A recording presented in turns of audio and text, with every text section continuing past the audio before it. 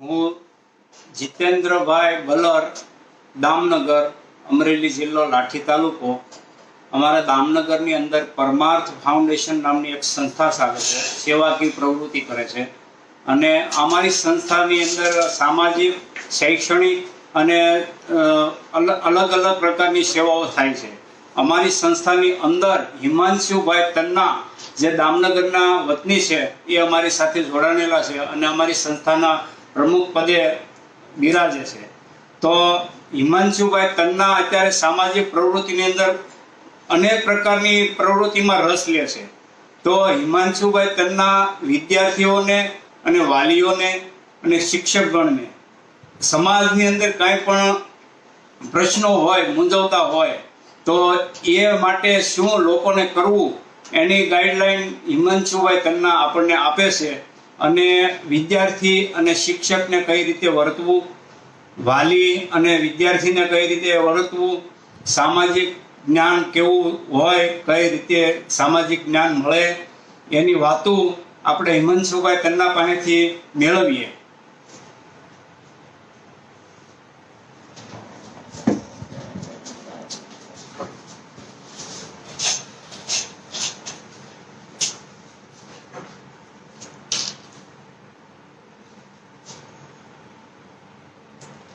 નમસ્કાર મિત્રો, આજના સમયની અંદર આપણે બાળકો અને વાલીઓની એક જુદી જુદી મનોદશા હોય છે. જ્યારે બાળકોનું જોઈએ તો બાળકોને બધી જ જગ્યાએથી સારા માર્ક લાવવા, સારી જગ્યાએ એડમિશન લેવું, સારામાં સારું પરફોર્મન્સ કરવું, બીજા બધા કરતા શ્રેષ્ઠ બતાવવું, આવું દરેક વાલીઓને એક ઈચ્છા હોય છે. અને આ બધી ઈચ્છા અને અપેક્ષાને હિસાબે બાળક માનસિક રીતે પોતાની ઉપર વધુ પડતું જે ભારણ આવે ને, એને હિસાબે એને જેનું જીવનની અંદર જે આનંદ હોય ને, જે આનંદથી જીવવાનું હોય ને, એ જીવી નથી શકતો. કારણ કે બાળકની ઉંમર 5, 7, 10, 15 વર્ષની હોય ત્યારે એને રમવું જોઈએ, આનંદ કરવો જોઈએ, એ માણી નથી શકતો.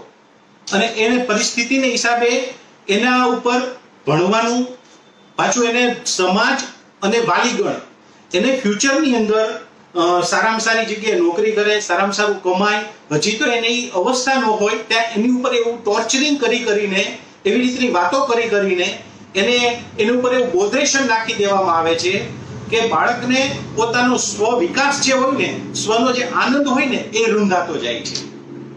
અને વાલીઓની પરિસ્થિતિ એવી છે કે આજના સમયમાં વાલીઓને એમ થાય છે કે મારો સંતાન આ કોમ્પિટિશનની અંદર, આ ભ્રષ્ટાચારની અંદર, આ સમયની અંદર જો મારો છોકરો, મારું સંતાન પાછળ રહી જશે તો એને આખી જિંદગી ભોગવવું પડશે.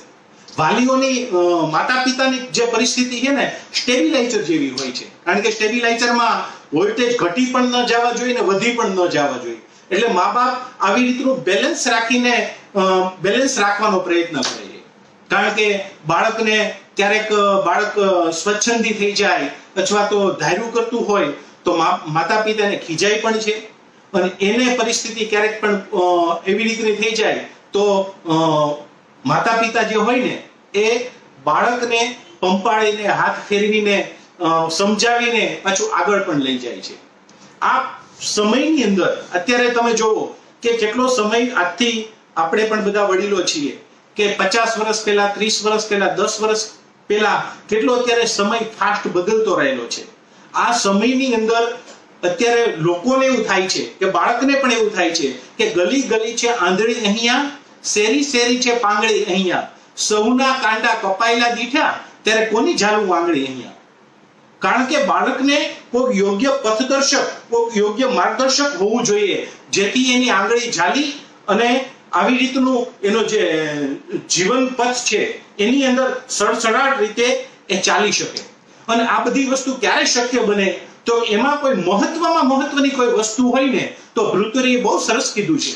કારણ કે ભૃતુરીએ 3 શતક લખ્યા છે: નીતિ શતક, વૈરાગ્ય શતક ને શૃંગાર શતક.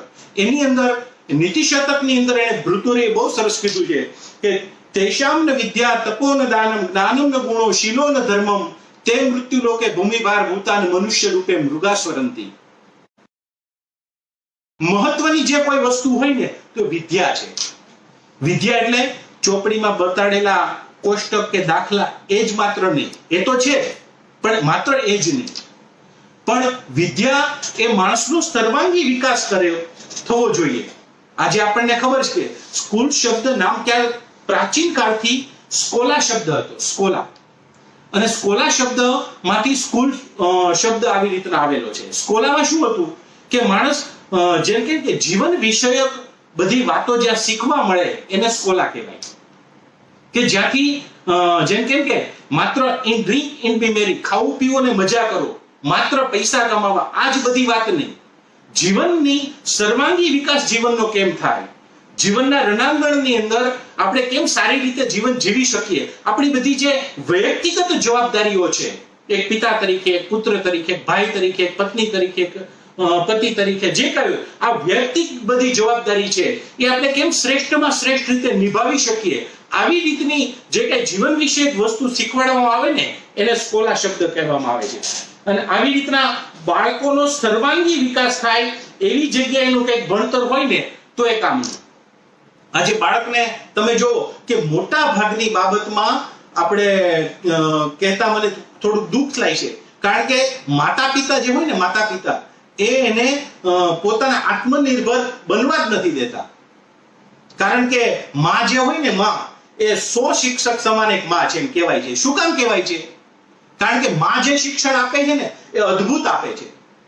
આપણને ખબર કે માં જે હોય ને, માં, તમે લોકો પણ માં હશો કે તમે માના ખોળામાં પણ પુરુષ હશો તો પોતે રીમા હશો, પણ માનો જે પ્રેમ છે, માની જે પદ્ધતિ છે એ કેવી રીતની હોય. નાનું આપણને ખબર કે 1.5-2 વર્ષનું બાળક હોય અને પછી એને દવા પીવડાવી હોય, કડવી દવા પીતો ન હોય તો માં શું કરે, એને ખોળામાં લે અને વાત જુદી જુદી વાત કરે.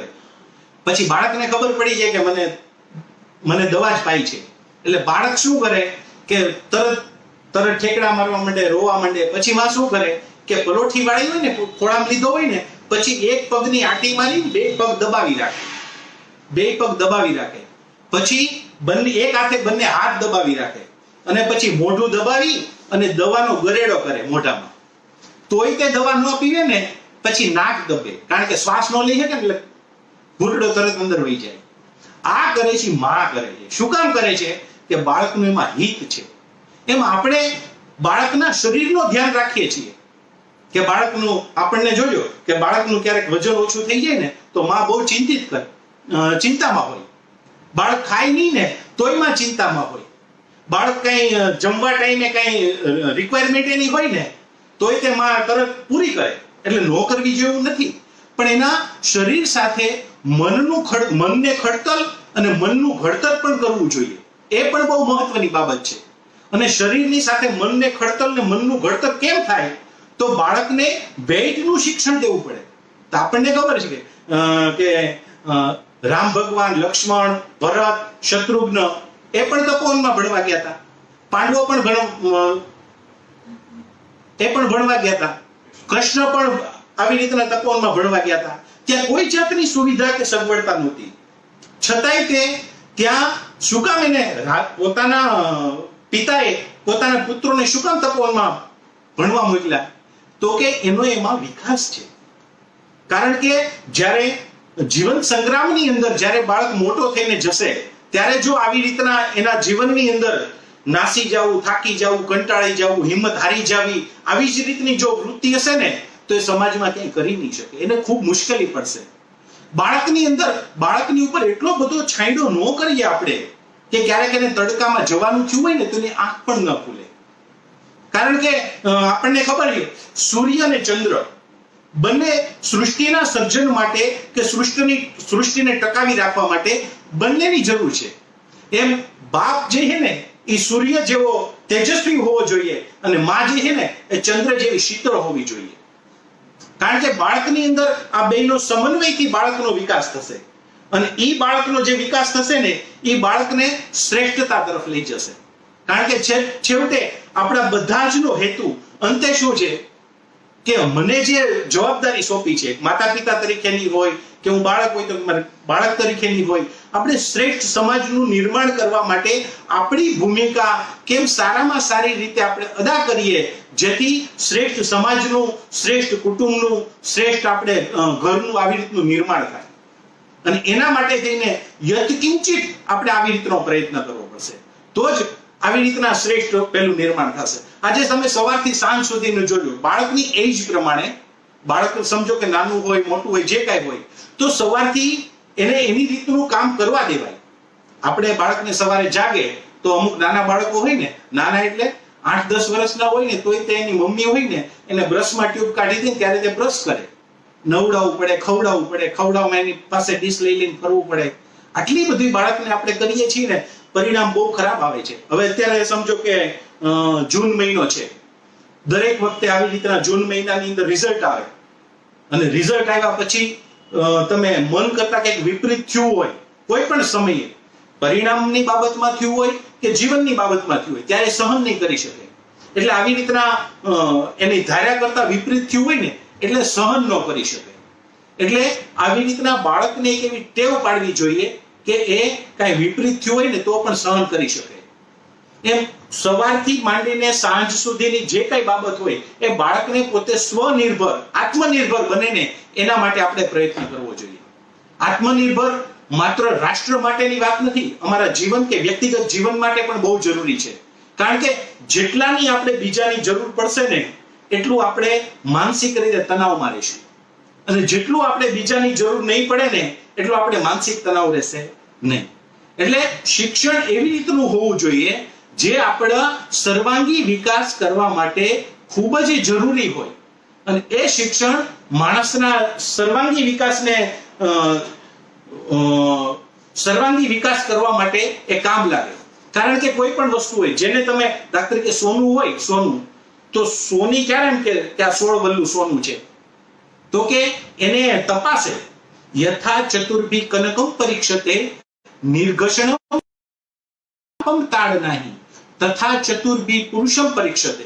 એમ સોની છે ને, સોનાને ટીપીને, તપાવીને, કાપીને, ઘસીને પછી એમ કે આ 16 વલ્લું સોનું છે. એમ આપણા જીવનની અંદર સંઘર્ષો વગરનું જીવન જે છે ને, સંઘર્ષો વગરનું જીવન, એ જ્યારે જીવનમાં સંઘર્ષ આવશે ને ત્યારે આપણે નાસીપાસ થશું. એક એવો સર્વે કરવામાં આવ્યો હતો કે ભણેલા લોકો જે ને, ભણેલા લોકો એ જે આત્મહત્યા કરે છે ને, એટલી અભણ લોકો નથી કરતા. તો શું આનો મતલબ છે કે ભણેલા લોકો પાસે જ્ઞાન આવે છે, પણ જીવનમાં સંઘર્ષ ની સામે ચાલવાની કે સંઘર્ષ ને ઝીલવાની કે સંઘર્ષની સામે ટકવાની એનામાં હિંમત નથી હોતી. અને એનામાં હિંમત હોવી જોઈએ. અને એ હિંમત ક્યાંથી આવે? એ હિંમતની કાંઈ મતલબ કે ક્યાંય બીજી કોઈ વસ્તુ તમને બજારમાંથી મળી જશે, પણ એવું કઈ નથી કાલો સંઘર્ષ આપણામાં હિંમત ઊભી થાય એના માટે આપણે 5,000 રૂપિયા કિલો મળે તો લઈ આવીએ, એ શક્ય નથી. એ આપણે પોતે કરવી પડશે. એટલે આપણા બાળકને સંઘર્ષ કરતા શીખવીએ. આજે હમણાં જૂન મહિનો છે, રિઝલ્ટ આવશે તો રિઝલ્ટ ધાર્યું નહીં આવે તો ઘણા જ લોકો નાસીપાસ થઈ જાય. શું કામ? ફેલ થયામાં શું મોટી વાત છે? જિંદગીમાં થોડા ફેલ થયા છીએ આપણે? આવી રીતની વાત.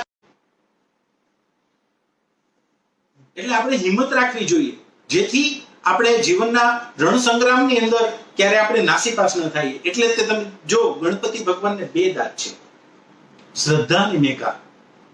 એમાં તમારામાં સમજો કે વિદ્યા ઓછી હશે, જ્ઞાન ઓછું હશે, ઈ દાંત તૂટલો હશે તો ચાલશે. શ્રદ્ધાનો દાંત તૂટલો ન હોવો જોઈએ, સંસ્કારનો દાંત તૂટલો ન હોવો જોઈએ, ઈ પૂરેપૂરી હોવી જોઈએ. એમ બાળકની અંદર આપણે એક સહજ એક અપેક્ષા રાખીએ કે બાળકની અંદર સંસ્કાર હોવા જોઈએ, એનામાં પ્રેમ હોવો જોઈએ, કુટુંબ માટે થઈને લગાવ હોવો જોઈએ. આ બધી વાતો હોય ને તો બાળકને, એના મા બાપને અને એના કુટુંબને અને બાળકને પોતાને પણ એમ થશે કે ના, હું સમાજમાં કંઈક વ્યક્તિગત રીતે કંઈક સારી રીતે કંઈક કરી શકું છું. અને એના માટે થઈને આવી રીતના ઓચિંતું કંઈક ધાર્યાબારું થાય તો એને દુઃખ ન લાગે. હવે રિઝલ્ટમાં નાપાસ થવું એના માટે જો દુઃખ લાગતું હોય તો એને માણસને કેટલી એને છત્રછાયા કરતો કેવી રીતે એને ઉછેર થયો હશે.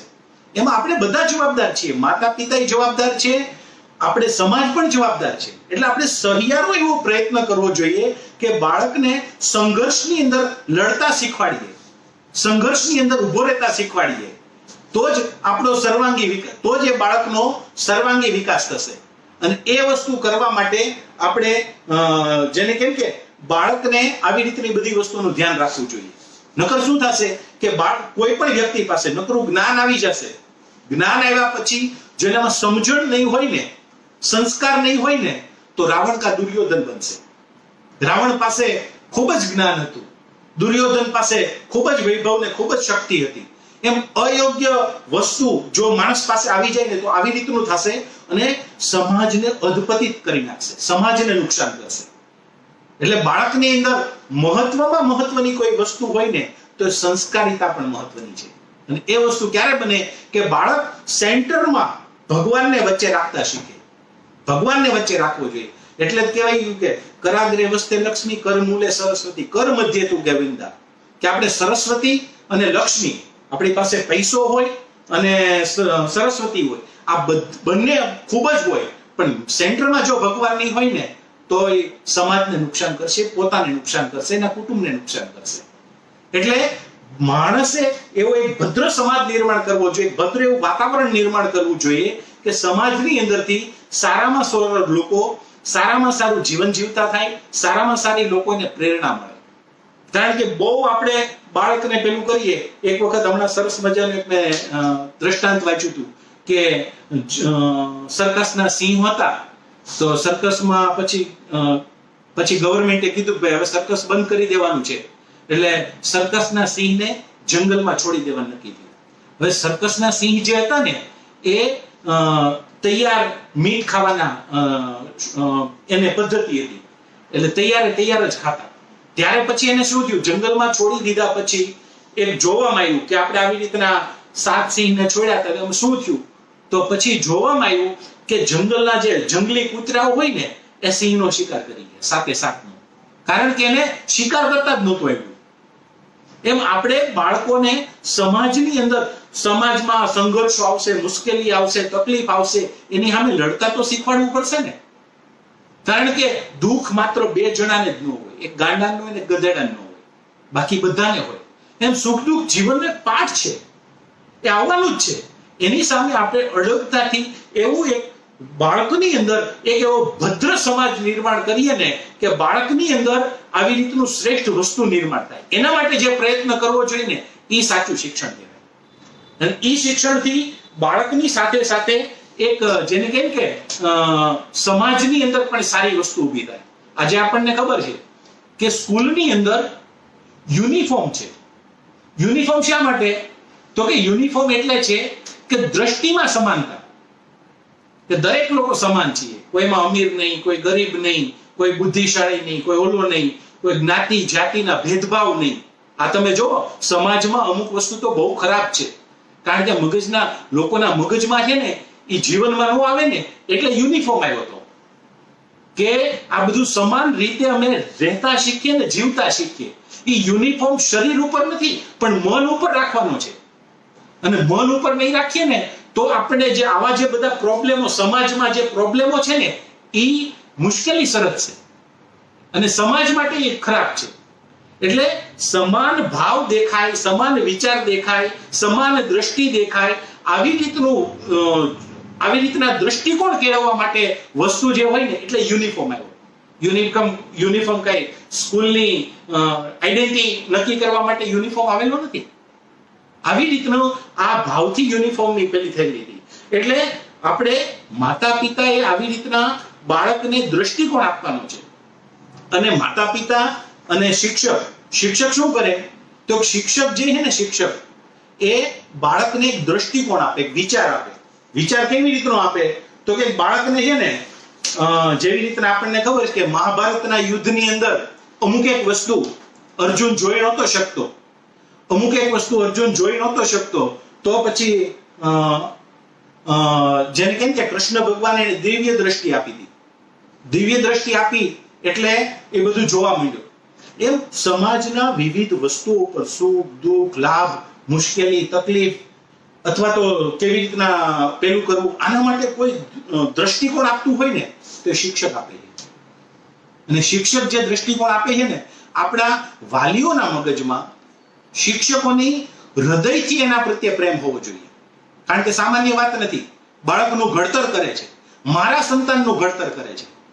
અને આપણા મગજમાં જેમના પ્રત્યે હૃદયની અંદર, આપણા હૃદયની અંદર પ્રેમ અને સન્માન હોય ને, તો 12 મહિનામાંથી એકાદ વખત આપણે શિક્ષકને આપણા ઘરે બોલાવવા જોઈએ, આપણા ઘરે બેસાડવા જોઈએ, બાળકની સાથે એને બેસાડવા જોઈએ. અને અથવા તો આપણે બાળક સાથે ક્યારેક એમના ઘરે પણ જવું જોઈએ. શું કામ? તેનું ઘડતર કરવામાં પાયાનું કામ કરે છે. એમ આવી રીતના, કારણ કે શિક્ષકનો અર્થ જ શિક્ષક એટલે ક્ષમા પણ કરે, શિક્ષા પણ કરે, અને એટલે કર્મયોગ પણ કરાવે, એને શિક્ષક કહેવાય. અને આ ભાવનાથી બધી વસ્તુ કરતો હોય ને, એટલે આવી રીતે. કારણ કે બાળકને અમુક વસ્તુ ખબર ન હોય. એને સમજો કે આપણે બસ સ્ટેન્ડે ગયા, બરાબર, આપણે બસ સ્ટેન્ડે ગયા પછી નક્કી કર્યું છે કે અમદાવાદ જવું છે. બસ સ્ટેન્ડે ગયા પછી અમદાવાદ, સમજો કે ભાવનગરની બસ આવી, તો આપણે એમાં બેસીએ છીએ? તો કે ના. પછી રાજકોટની બસ આવી, બસ ખાલી છે, જગ્યાએ છે, તો એમાં બેસી જઈએ છીએ? બસમાં કાચ ને ચોખ્ખાઈ બધું વધુ સારી, તો એમાં બેસી જઈએ? નહીં. પછી ઓર્ડિનરની બસ આવી અને એમાં મતલબ કે ગળદી તો બિલકુલ નથી, એસી બસ આવી છે, તો એમાં બેસી જઈએ? નથી બેસતા. શું કામ? કે મારું ધ્યેય શું છે, મારું લક્ષ્ય શું છે, અગાઉથી આપણે ઘરેથી નક્કી કરીને નીકળીએ છીએ, અને જે જગ્યાએ જવું હોય ને એ જ બસમાં આપણે બેસીએ છીએ. એવી રીતના બાળકને ધ્યેય આપવાનું કામ, લક્ષ્ય આપવાનું કામ, લક્ષ્ય સુધી પહોંચાડવાનું કામ જો કોઈ કરતો હોય તો એ શિક્ષક છે. અને બાળકની પ્રગતિમાં તમે લખી નાખજો કે બાળકની પ્રગતિમાં એના કુટુંબ સિવાયનું કોઈ પણ વ્યક્તિ જો ખુશ થતું હશે ને, તો એ શિક્ષક ખુશ થાય છે.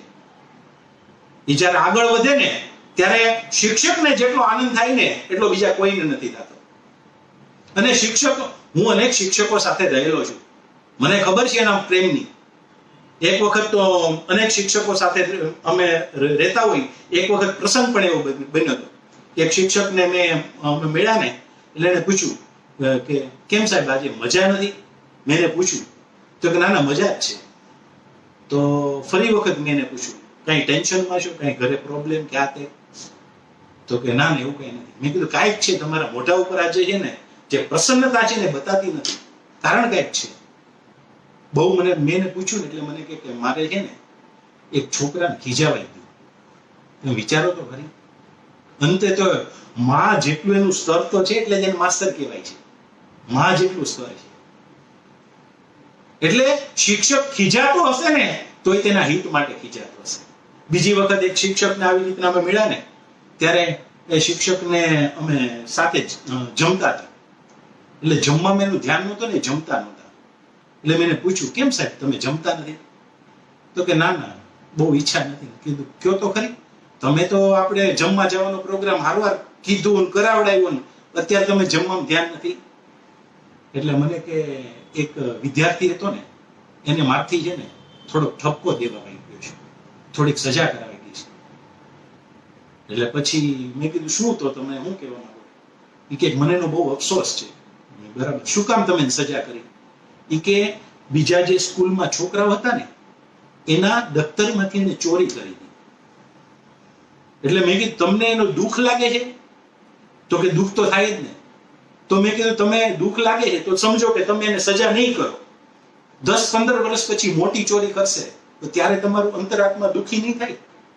અત્યારે તમને દુઃખ લાગે છે તો ત્યારે તમારું અંતરાત્મા કેટલું દુઃખી થશે? એની બદલે તમે જે કર્યું છે ને એની બદલે કોઈ અફસોસ કરવાની જરૂર નથી. તમે તમારા અંગત સ્વાર્થ કે અંગત લાગણીઓ માટે થઈને તમે કાંઈ કર્યું નથી. આજે દાખલા તરીકે જજ હોય, જજ એ એમ કે આને ફાંસીની સજા, એટલે જજને કાંઈ એનું પાપ ન લાગે, જજને એનું પાપ નથી લાગતું. એમ આપણે બાળક જે હોય, બાળક એના વિકાસ માટે થઈને આપણે એને સજા કરતા હોઈએ તો એમાં એનું ફ્યુચર સારું છે, એ વાત આપણને મગજમાં છે એટલે આપણે એને કરીએ છીએ. અને એ હોય ને, અને હોવી જ જોઈએ. બાકી દરેક શિક્ષક જો એવી રીતનું કહે કે ના અમુક વાલીઓ મને ઠપકો દે ને આવી રીતનું કરે ને, તો સમાજ જે છે ને હજી નીચો જતો જશે. અરે હું તમને મારી એક વાત કરું કે હું દામનગરની 3 સ્કૂલની અંદર ભણેલું છું. અમારા સંતાનો દામનગરની અંદર 3-4 સ્કૂલોની અંદર ભણેલા છે. હું તમને આવી રીતના ડિજિટલ માધ્યમથી કહું છું, કોઈ પણ ટીચરોને તમે પૂછજો કે અમે કે અમારા વાલીઓ ક્યારેય ફરિયાદ કરવા માટે કોઈ સ્કૂલે આવ્યા છે? નહીં. શિક્ષકોને ક્યારેય કાંઈ છોકરાથી ભૂલ થઈ હોય ને તો એમ કહેવા જવાનું હોય કે તમે તાર સજા કરજો, તમારો હક છે. કારણ કે એને સૌથી વધુ સમજતા હશો ને તો તમે સમજો છો, ટીચર તરીકે તમે એને સમજો છો. અને માં અને માસ્ટર એ મારે ને તોય એનો માર કેવો હોય તમે વિચારો તો ખરી. એનો ધબ્બો મારે તો એમાં ધબ્બામાં આમ હોય, પછી કઈ લાપટ મારે નહીં. અને છેવટે એ આ ભાવનાથી કરતા હોય. એટલે માં અને માસ્ટરનો જે ભાવના અને એનો જે શબ્દ હોય ને, દાખલા તરીકે એક વખત એવું બન્યું હતું કે માં દાખલા તરીકે એમ કે એના છોકરાને બહુ હેરાન કરતો હોય, બહુ તકલીફ આવતો હોય કે જાને બહાર મરને એમ કે. એટલે શું તમે એનું દાખલા તરીકે કોઈ એમ એનો ભાવાર્થ કરવા થાય તેમ કે બહાર શેરીમાં જઈને મરે? નહીં, બહાર જા. બધા શબ્દોના સંપૂર્ણપણે ભાવાર્થ શબ્દના અર્થ ન કરવાના હોય. અમુક એની પાછળનો ભાવ જે છુપાયેલો હોય ને એ જોવાનો હોય. એમ આવી રીતના શિક્ષકો જે કાંઈ પેલું કરતા હોય ને એમાં બાળકનું હિત હોય, બાળકનું એમાં સર્વાંગી વિકાસનો એક ભાવ છુપાયેલો હોય. અને એ જો નહીં કરીએ ને તો અત્યારે કેવી પરિસ્થિતિ છે આપણે, તો કે અત્યારે સમાજની અંદર એક ગ્રીક સંસ્કૃતિની બહુ સરસ મજાની એક વાર્તા છે કે એક શેતાન હતો, એને 4 સંતાનો હતા. અને 4 સંતાનો હતા ને એટલે પછી એને એમ થયું કે મારે હવે પછી મારું સામ્રાજ્ય કોને આપવું. એટલે ઈ જે સામ્રાજ્ય આપવાની વાત હતી એટલે શેતાને એમ કીધું કે તમે 4 લોકો જે છે ને 4 સંતાનને કીધું કે તમે લોકો સમાજ સૃષ્ટિમાં જાઓ, સમાજમાં જાઓ અને તમે સારામાં સારી રીતે લોકોની અંદર બગાડ કોણ વધુ લાવી શકે છે ને એનું મારું સામ્રાજ્ય આપીશ. થોડોક સમય બધા ગયા, 1-2 વર્ષ પછી 4 સંતાન એના ફાધર પાસે પાછા આવ્યા, શેતાન પાસે. પછી કીધું, પેલાને પૂછ્યું તે શું કર્યું? તો કે મેં આવી રીતનું સમાજની અંદર છે ને સત્તા મેળવવાનો પ્રયત્ન કર્યો. કારણ કે સત્તાથી બધું થાય, સત્તા પાસે શાણ પણ કોઈનું ચાલે નહીં. એટલે મેં સત્તા મેળવવાનો પ્રયત્ન કર્યો, સત્તાના પ્રભાવથી હું આવી રીતનું બદલ લાવી શકું. બરાબર. બીજાને પૂછ્યું તે શું કર્યું? તો કે મેં વિત્ત મેળવવાનો પ્રયત્ન કર્યો. કારણ કે પૈસાનું જોર અત્યારે એવું છે ને કે પૈસાના જોરથી બધું જ વસ્તુ થઈ શકે. એટલે મેં વિત્ત મેળવી અને સમાજની અંદર જે બગાડ લાવવો એની લાવી શકીએ. પૈસાથી અત્યારે બધું વેચાતું મળે એમ લોકો કહે. મેં એ પ્રયત્ન કર્યો. ત્રીજાને પૂછ્યું તે શું કર્યું? તો કે મેં છે ને કીર્તિ મેળવવાનો પ્રયત્ન કર્યો. કારણ કે કીર્તિવાન લોકો હોય ને એની પાછળ બધા ગાડરિયા પ્રવાહની જેમ ચાલ્યા કરે. એક કુવામાં પડે બધા કુવામાં પડે. આવી રીતનો મેં પ્રયત્ન કર્યો. ચોથા સંતાનને પૂછ્યું તે શું કર્યું? એણે જે કીધું ને એ આપણે દરેક લોકોએ હૃદયની અંદર ટંકારી રાખવા જેવું છે, યાદ રાખો, મસ્તકની અંદર યાદ રાખવા જેવું છે. એણે એમ કીધું કે હું દરેક લોકો પાસે ગયો, માતા પિતા પાસે ગયો કે ભાઈ તમે સંતાનો માટે આટલું બધું કરો છો, હવના ભાગનું લઈને હવ આવ્યો હોય, તમે જલસા કરો ને ભાઈ, તમે હું કામ એટલું બધું ચિંતા કરો છો. પછી બાળકો પાસે ગયો, બાળકોને કીધું મા બાપ આપણને ભણાવે એમાં કઈ મોટી તેની ફરજ છે, એમાં કે આપણે માતૃદેવો ભવન પિતૃદેવો ભવન એને પગે થોડું લાગવાનું હોય. પછી શિક્ષકો પાસે ગયો, શિક્ષકોને કીધું કે તમે આ બાળકોને ભણાવો કે ન ભણાવો, તમે કલાક તમારા છોકરામાં ધ્યાન રાખો ને, તમે આમાં હું કામ થોડુંક વધુ મહેનત કરો છો બધું. પછી વિદ્યાર્થીઓ પાસે ગયો કે ભાઈ આચાર્ય દેવો ભવો હું કે આપણને મફત થોડા ભણાવે છે, એને તો પગાર મળે છે. પછી ધર્મની અંદર ગયો, ટૂંકમાં સમાજ, કુટુંબ, ધર્મ, રાજકારણ બધી જગ્યાએ ગઈને સામે લોકોની અંદર છે ને ઈર્ષ્યા, દ્વેષ અને દ્વંદ ઊભું કરી દીધું.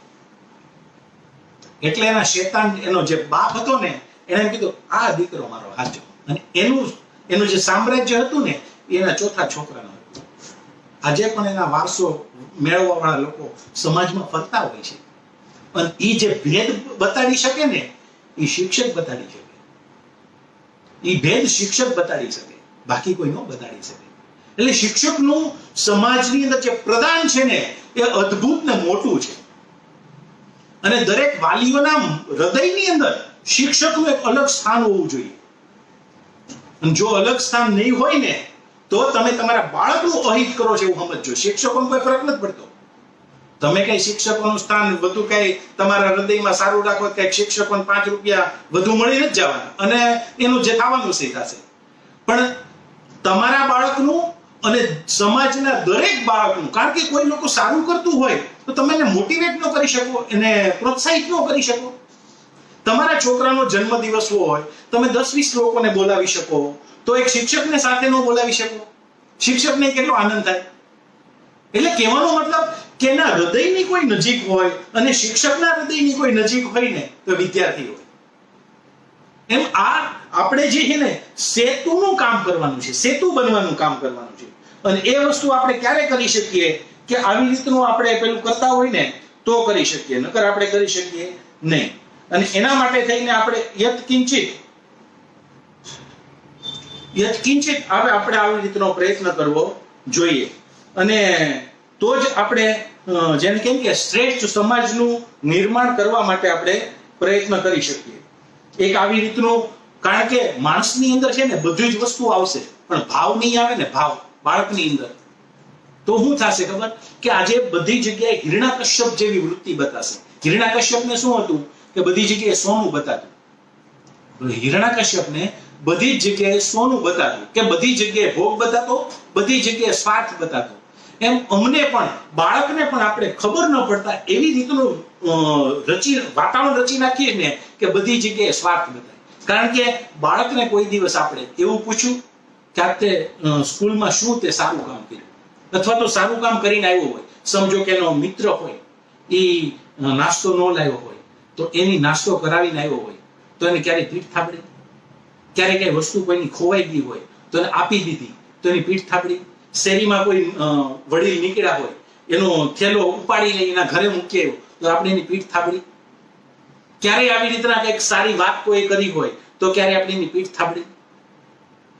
આ વસ્તુ જો ન થાય ને તો આપણે શું છે, સ્વાર્થ અને ભોગનું વાતાવરણ નિર્માણ થઈ જશે. એટલે કહેવાનો મતલબ કે આપણે એવું વાતાવરણ નિર્માણ કરવું જોઈએ. કારણ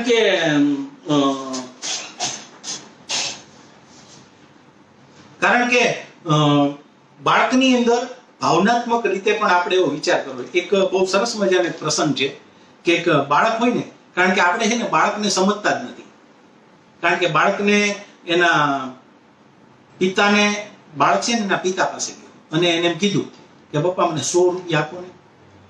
એટલે આવી ક્યાંક તકલીફ હશે 3-4 મહિનાથી ધંધાની ગાતે, એટલે એના ફાધરે છે ને એક લાફો મારી અને પછી એને કીધું ભાઈ પૈસા તારે ન કરે, ક્યાં જવા નામ નહીં કીધું. એટલે ઓલો રોતો રોતો રહી ગયો, કારણ કે થોડુંક જોરથી વાગી ગયો. પછી 5 મિનિટ પછી એના પિતાને એવો વિચાર આવ્યો કે અમે લાફો તો માર્યો પણ એને 100 રૂપિયા માંગ્યા શું કામ હશે? અને એ પછી વિચાર આવ્યા પછી બાળક જે રૂમમાં હતો ત્યાં બાળક ગયો, એના પિતા ગયા, માથામાં હાથ ફેરવ્યો, બાહામાં હાથ ફેરવ્યો અને પછી બાળકને પૂછ્યું, બેટા તું પૈસા 100 રૂપિયા શું કામ માંગતો હતો? અને પછી બાળકે જ્યારે વાત કરી ને ત્યારે કોઈ બાપ હોય ને એ બાપની આંખમાંથી જલ્દી આહુડા ન નીકળે, માની આંખમાંથી નીકળે, બાપની આંખમાં જ ન નીકળે. ત્યારે બાપની આંખમાંથી આહુડા વહી ગયા.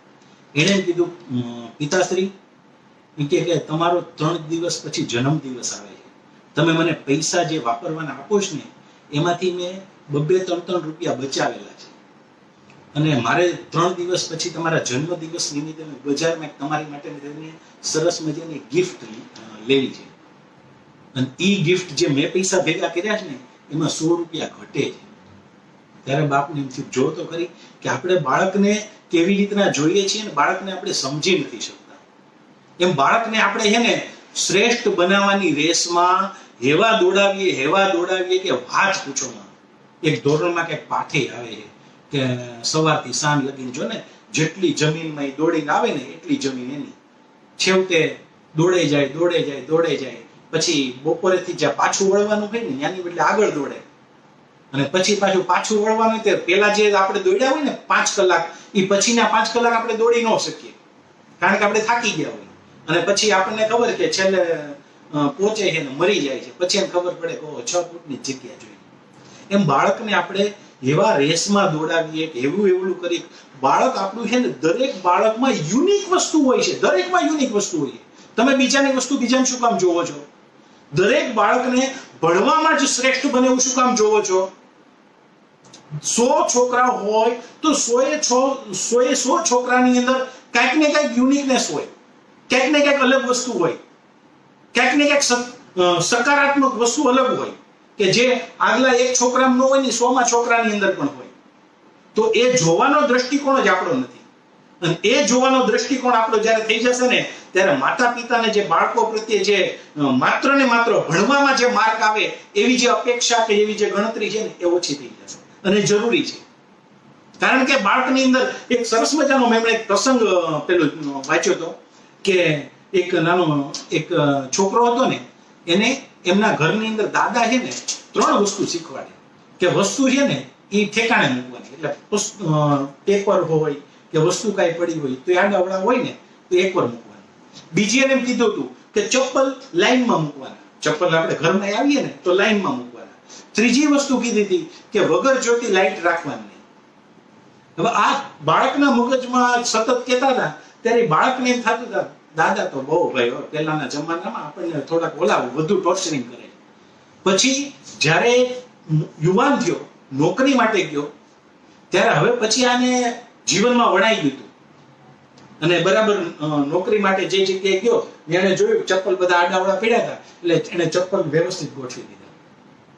પછી બધા બેઠા હતા એમાં પેપર બધા આડાવડા હતા, એ પેપર લઈને એકવાર મૂકી દીધા. ત્યાંથી જે લોકો ઇન્ટરવ્યુ માટે જઈને વૈયા હતા એ વિભાગ ખાલી હતો, અહીંયા લાઈટ ચાલુ હતી ને એટલે ઊભો થઈને એને લાઈટ બંધ કરી દીધી. એ ટેવ હતી. જેવો નોકરી માટે અંદર ગયો એટલે માલિકે કીધું કે ભાઈ તમારી નોકરી પાકી, બોલો પગાર શું લેશો? એટલે અચરજમાં અચરજ થવા માંડ્યો ને કે ભાઈ મને મારું કઈ ઇન્ટરવ્યુ લીધું નથી અને મને કેમ આવી રીતનું કીધું. ત્યારે એને કીધું કે બધી જગ્યાએ સીસીટીવી છે, જેનામાં ઓનેસ્ટી હોય, પ્રામાણિકતા હોય, માલિકને નુકસાન નહીં કરવાની વૃત્તિ હોય, એ સારામાં સારા માણસ. કારણ કે કોઈ પણ વસ્તુ હોય ને ત્યારે માણસનો છે ને ભાવ જોવાય. ઘણીવાર કર્મ તમારું છે ને જે દેખીતું કર્મ ઘણી વખત બરાબર ન હોય પણ એનો ભાવ સારો હોય. જેવી રીતના આપણે બાળકને મારતા હોય તો દેખીતી રીતે કર્મ બરાબર ન હોય, કારણ કે કર્મના ઘણા પ્રકાર છે. નિત્ય કર્મ, ઇષ્ટાપૂર્ત કર્મ, ભગવત કર્મ, વ્યવહારિક કર્મ.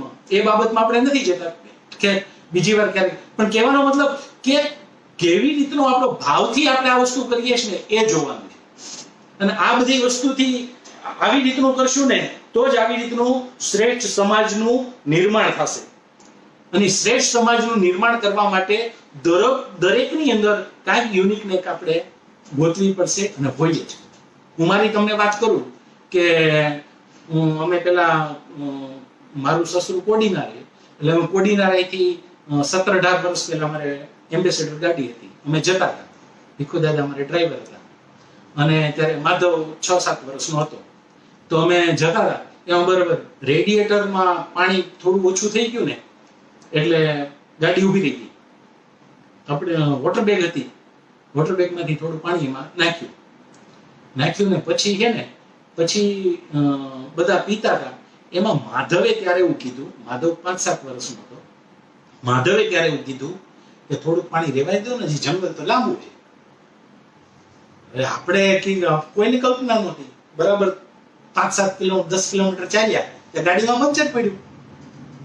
પંચર પડ્યું, સ્ટીયરિંગ બધું હતું બરાબર છે, પણ એ પંચરમાં જે અડધી કલાક લાગી અને ત્યારે જે ગરમી હતી અને ત્યારે જે પાણી કામ લાગ્યું એ વાત અલગ હતી. એટલે ઘણી વખત બાળકો પણ વડીલોને સાચી સલાહ, સાચું માર્ગદર્શન આપી જતા હોય છે, પણ આપણે એને સાંભળવાની, આપણે એને સમજવાની કે આપણે એને સ્વીકારવાની તૈયારી હોવી જોઈએ. તું હું ખબર પડે, તને હું ખબર પડે એવું કહીને આપણે બાળકને બેસાડી ન દેવાય. એમ બાળકની અંદર, અને ત્યારે મને થયું કે આ નાનો એવો છોકરો આને ફ્યુચરનું આટલું બધું વિચાર કરે છે તો કેટલું સારું કહેવાય. એટલે કહેવાનો મતલબ કે બાળકની અંદર દરેક જગ્યાએ ક્યાંક ને ક્યાંક યુનિકનેસ હોય જ તે, અને એ વસ્તુ આપણે ધ્યાનમાં રાખી અને આપણે પેલું કરવું જોઈએ. અને એના માટે આવી જ બધું વસ્તુને બાળકની અંદર અમુક વસ્તુ લાવવી હોય ને, દાખલા તરીકે તો એને આપણે જ લાવી શકીએ. એને ફાઇનાન્સનું નોલેજ આપવું હોય કે ફાઇનાન્સનું નોલેજ બાળકને એમ ન દેવાનું. બાળકને આત્મનિર્ભર કરવા માટે સમજો કે તમે બાળકને રોજના 5 રૂપિયા વાપરવા આપો છો. બાળકને રોજના 5 રૂપિયા વાપરવા આપો છો. 7 દિવસને બાળકને આપી દેવાના 35 રૂપિયા. લે 35 રૂપિયા બરાબર છે. તાર એક દિવસમાં 35 વાપરવો હોય તોય વાંધો નહીં. તાર રોજ 2 રૂપિયા વાપરીને તારે છેલ્લે દિવસે 20-25 રૂપિયા વાળી ચોકલેટ ખાઈ હોય તોય વાંધો નહીં.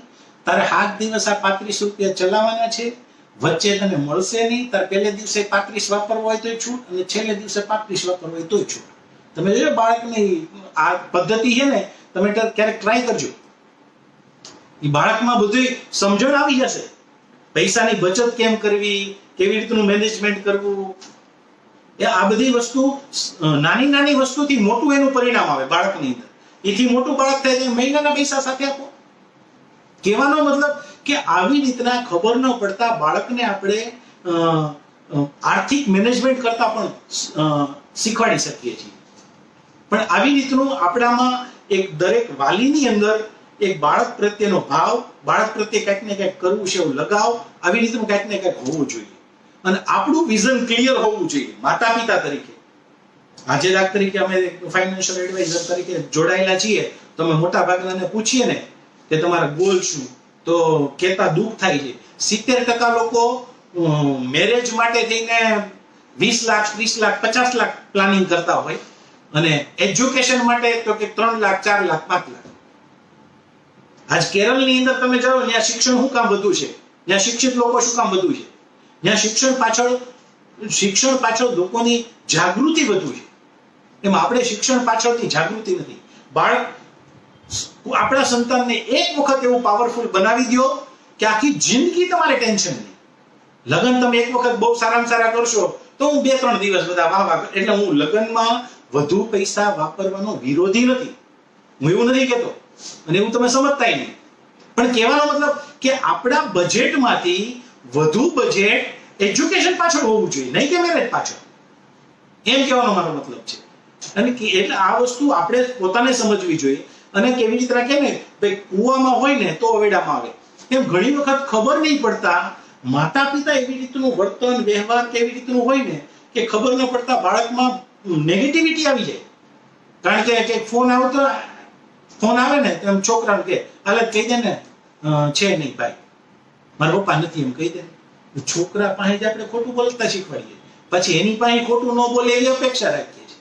છોકરાને કહી જા તો મારી હાટુ બે માવા લેતો હોય, તો પછી માવા લેવા એને મોકલીએ, અને પછી છોકરો માવો ન ખાય એવી અપેક્ષા રાખીએ છીએ. એટલે અમુક વસ્તુ આપણે થોડી સમજવી જોઈએ. કારણ કે છેવટે તો આપણે બધા માણસ છીએ, સહિયારો પ્રયત્ન કરવાનો છે. શ્રેષ્ઠ સમાજનું નિર્માણ કરવું હશે તો દરેક એક એક કડી હોય. કારણ કે આપણને ખબર કે હાકળ હોય ને, હાકળમાં જો નબળી કડી હોય ને તો બકરી હોત, ખીલે હાકળ બાંધેલી હોય ને એ બકરી પણ તોડ નાખે. અને એને હાકળ જો કડી એની મજબૂત હોય ને તો હાથી હોતે ન લે. કારણ કે હાથીને એમ થાય ના મને હાકળે બાંધ્યો છે, હાથીમાં તાકાત બહુ હોય અને એને થાય હાકળે બાંધ્યો છે. એટલે આપણે બધા સમાજના બધા અંગ છીએ. આપણે દરેક લોકોએ આવું કંઈક ને કંઈક પ્રયત્ન કરવાનો છે કે જેથી આ શ્રેષ્ઠ સમાજ નિર્માણ થાય. એના માટે યથકિંચિત આપણે લોકો બધા પ્રયત્ન કરીએ, અને એના માટે જે કાંઈ છે ને આવી રીતનું આપણે કરતા રહીએ. અને હવે કાંઈ પ્રશ્નો કે એવું કાંઈ હોય તો આપણે જોશું કે પ્રશ્ન એવી રીતે. હું હિમાંશુભાઈ આપને પ્રશ્ન પૂછવા માંગીશ. આપ બાળકો માટે સતત વિચારતા રહો છો, તેમજ શિક્ષકોને મોટિવેટ કરતા રહો છો, અને વાલીઓને પ્રેરણાદાયી વાતો કરો છો, તો આ માટે આપનો હેતુ શું છે? બહુ સરસ પ્રશ્ન છે. કારણ કે જેવી રીતનું માટી હોય, માટીને આપણે માટલું બનાવવું હોય તો એને પેલા માટીને ચોળે, કૂંદે, પછી એને ચાકડે ચડાવે, કુંભાર જે હોય ને પ્રજાપતિ, પછી એને નીંભાણામાં નાખે, તપાવે, પછી એને અંદરથી હાથ ફેરવતા જાય ને તાપલા મારતા જાય. આવી રીતનું પછી એની ઉપર પેલું ગેરું જે હોય ને એવું લગાડે. પછી એમાંથી પાણી ઠંડુ થાય અને પછી બધા એમાંથી તૃપ્તિની અનુભૂતિ કરે. એમ આપણે સમાજના એક અંગ છીએ, આપણે દરેક લોકો. એમ શ્રેષ્ઠ સમાજ ક્યારે નિર્માણ થશે કે આપણે દરેક રીતે દરેક લોકો કાંઈક ને કાંઈક આપણી જે વ્યક્તિગત સમાજના એક વ્યક્તિ તરીકે આપણે કંઈક જવાબદારી સમજશું અને શ્રેષ્ઠ સમાજ નિર્માણ કરવો હશે તો કઈ પાકા ઘડે કઈ કાંઠા ચડે નહીં. તો આવનારી જે પેઢી છે એના માટે કાંઈક ને કાંઈક આપણે કરીએ કે એની અંદર કંઈક સંસ્કારો આવે, કંઈક પોઝિટિવિટી આવે, કંઈક કુટુંબ પ્રત્યે પ્રેમ નિર્માણ થાય, રાષ્ટ્ર પ્રત્યે પ્રેમ નિર્માણ થાય, સમાજની અંદર એવું કામ કરે કે એનું ઘર તો ઠીક છે, એનું ગામ, એનો સમાજ અને રાષ્ટ્ર પણ એનું ગૌરવ લઈ શકે એવું કંઈક કામ આપણે સાથે રહીને બધા કરીએ એવી એક આપણી ભાવના છે.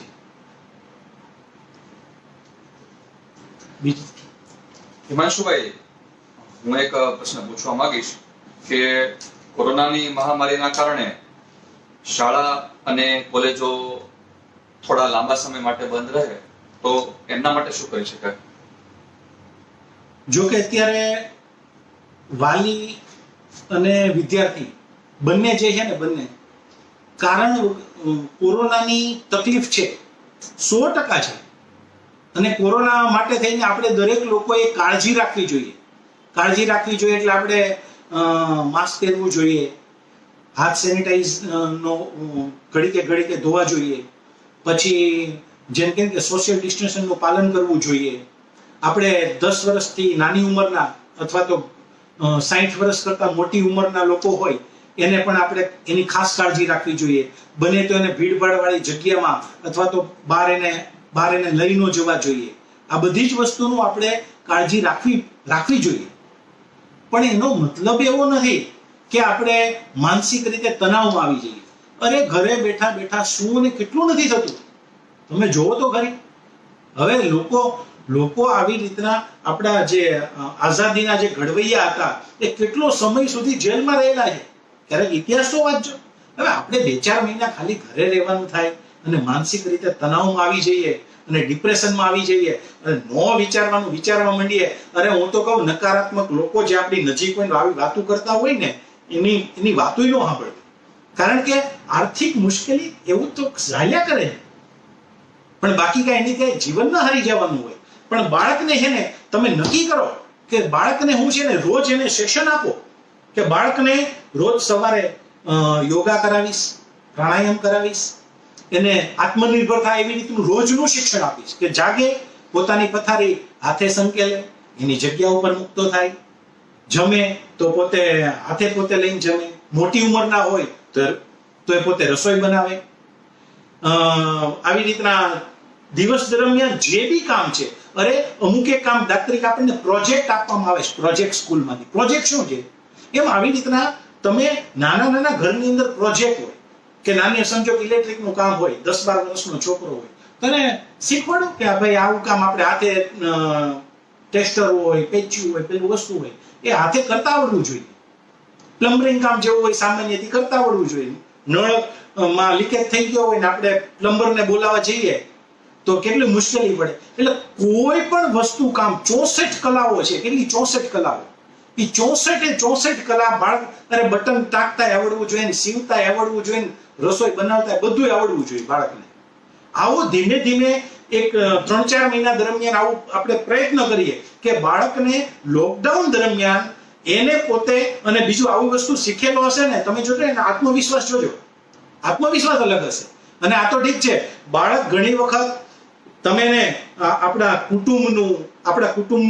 કુટુંબનું ગૌરવ બતાડો, આપણા કુટુંબના સંસ્કાર બતાડો, આપણો જે વારસો છે એની તમે વાત કરો.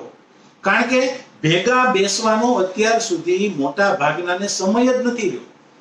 અને ભગવાને કોણ જાણે આમાં કંઈક આપણું હિત હશે, ભેગા બેસવાનો સમય આપ્યો. તમે એને પોઝિટિવ રીતે જુઓ અને ઘણા જ પરિણામો, ખૂબ સારા પરિણામો આવ્યા છે. આજે હમણાં 2 દિવસ પહેલા જ એક પ્રસંગ મેં સાંભળ્યો હતો કે એક કુટુંબની અંદર બધા રહેતા હતા. એમાં 2 છોકરાઓ હતા નાના. એના દાદા અને દાદી એક જુદા રૂમમાં રહે. એના મમ્મી પપ્પા બધા મકાનમાં ભેગા રહેતા હતા. એટલે એ લોકોએ છોકરાએ શું કર્યું કે એના દાદા દાદી પાસે ગયા. કારણ કે ભણવાનું ને બધું બહુ વ્યસ્તતાની હિસાબે એના દાદા દાદી પાસે બહુ જવાનો ટાઈમ રહેતો નહોતો. એટલે એમની પાસે ગયા અને જઈને એને પૂછ્યું કે દાદા આ ડબ્બામાં શું છે? તો કે એમાં પાચિકા છે, કોડી છે, આવું બધું છે. તો કે એ હું આ બધું જુદું જુદું કરો? તો જુદું જુદું કરીને બતાવ્યું. એ રમાય કેમ? રમીને બતાવ્યું. તમને તો દાદા ને દાદી કે તમને તો બહુ બધું આવડે. તો અમને તો વાર્તા કરતા આવડે. કે હું વાત કરો? એ કે અમારે નક્કી હતું કે એક વાર્તા હું કરું અને બીજી વાર્તા તાર દાદી કરે. એ કે મને તો વાર્તા કહો ને, અમને કહો ને. એ બંને છોકરા પાછું વાર્તા બધી સાંભળે. પછી થયું કેવું કે સાંજે જયારે જમવા બેસવાનું થયું ત્યારે દાદા ને દાદીને રૂમમાં જમવા આપતા હતા. એટલે છોકરાએ કીધું ભાઈ દાદા ને દાદી સાથે અમારે જમવા બેવું. તો કે રૂમમાં જમી લેશે. ઘણા આપણે સામાજિક બધા પ્રોબ્લેમો હોય અને સામાજિક પ્રોબ્લેમો શું કામ હોય, કેવી રીતના હોય અને એનું શું પરિણામ આવે અને કઈ રીતના થાય એ વાત અત્યારે આપણે કરવા નથી માંગતા, કારણ કે એ વિષય નથી. કે એટલે એને કીધું ભાઈ આપણે તું તમ તારે અહીં જમી લે. ના ના, મારા દાદા દાદી હારે જ જમવું. એટલે દાદા દાદીને બોલાવ્યા પછી એને કીધું કે દાદા કે તમે ડાઇનિંગ ટેબલ ઉપર જો તમ તાર જમો, મને નહીં ફાવે, હું તમ તાર નીચે બેસી. છોકરાને કીધું તમે જમો. તો ના ના, છોકરાએ જીદ કરી અમારા દાદા ને દાદીની સાથે જ જમવું છે. અને નીચે બેઠા, એ નીચે બેઠા એટલે બધા નીચે બેઠા. અને પછી જે કુટુંબની અંદર જે બદલાવ આવ્યો ને એ કોરોનાથી આ પોઝિટિવ બદલાવ આવ્યો. એમ કહેવાનો મતલબ કે કોઈ પણ વસ્તુ હોય ને એની પાછળ ક્યાંક ભગવાનનો શુભ સંકેત હોય, શુભ હેતુ હોય, આવી રીતનું આવતું હોય. એટલે આપણે શુભ સંકેત, શુભ હેતુ સમજીને કોઈ પણ વસ્તુ છે ને સ્વીકારે છૂટકો છે. કોઈ પણ વસ્તુનું છે ને ચિંતન કરાય, ચિંતા ન કરાય. કારણ કે ચિંતન કરીએ તો રસ્તો નીકળે, ચિંતા કરીએ તો અંદરથી હળગી જશું આપણે. એટલે હંમેશા ચિંતન કરીએ. કોઈ પણ તકલીફ આવે જીવનમાં, ગમે ત્યારે મુશ્કેલી આવે, એનું આપણે માત્ર ચિંતન કરશું તો એમાંથી રસ્તો પૂછશે. બાકી ચિંતા કરે કઈ રસ્તો પૂછવાનો નથી. તો આવી રીતના જો કે પહેલી વખત હું લાઈવ થઈને થોડી વાત કરવાનો મેં પ્રયત્ન કર્યો. સમયની પણ મર્યાદા છે અને જો કે પહેલી વખત વાત કરી છે એટલે જો કે તમે બધા ખૂબ સમજુ છો, હંસ જેવા છો, કારણ કે મોતીઓનો ચારો ચરો છો.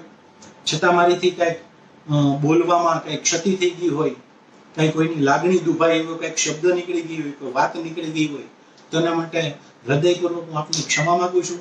એ વાતને તમે છોડી અને મેં જે વાત કરી એમાંથી કઈ તમને પોઝિટિવ વાત લાગી હોય, તમને જે કઈ સારી લાગતી વાત લાગી હોય, તમારા સંતાનોને જે કઈ સારી લાગતી વાત લાગી હોય, શિક્ષકોને જે કઈ સારી લાગતી વાત લાગી હોય, એને તમે સ્વીકારજો.